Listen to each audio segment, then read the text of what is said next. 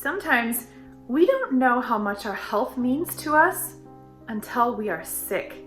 Our health is one of those things that we take for granted.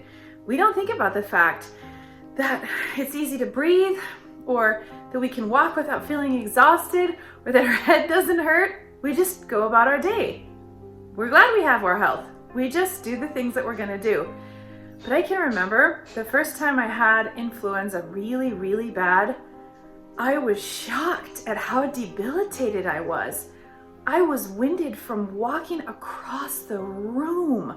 I can remember that Greg brought me a plate of food in bed, and I was exhausted from trying to hold up the plate. I couldn't hold it up. I had to put it down. It was days before I could walk without being out of breath. It was days and days before my body didn't ache.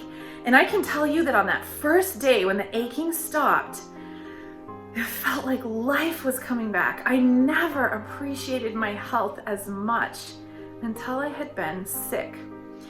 Church, this week our topic is hope.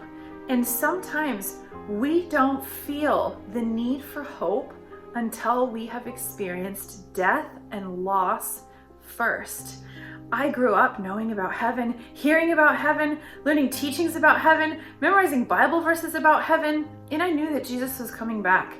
But it wasn't until I lost the very first person who was so close and so dear to me that my heart learned how much I needed hope, how much I needed the promise of heaven, how much I needed to depend on those verses that say, I've gone to prepare a place for you, and if I go to prepare a place for you, I'll come back and take you home with me. How much I depended on the verses that say, the Lord himself will descend with a shout, with the voice of the archangel and the trumpet call of God, and the dead in Christ will rise first, and we and whoever who are alive and remain will be caught up together and meet him in the air.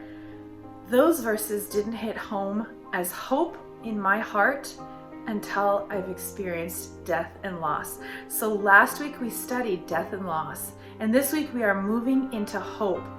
How it's something we can look forward to, but it is also something we can experience right now, because the promise of future hope is based on a right now experience of faith with Jesus. I hope that you enjoy our studies for this week.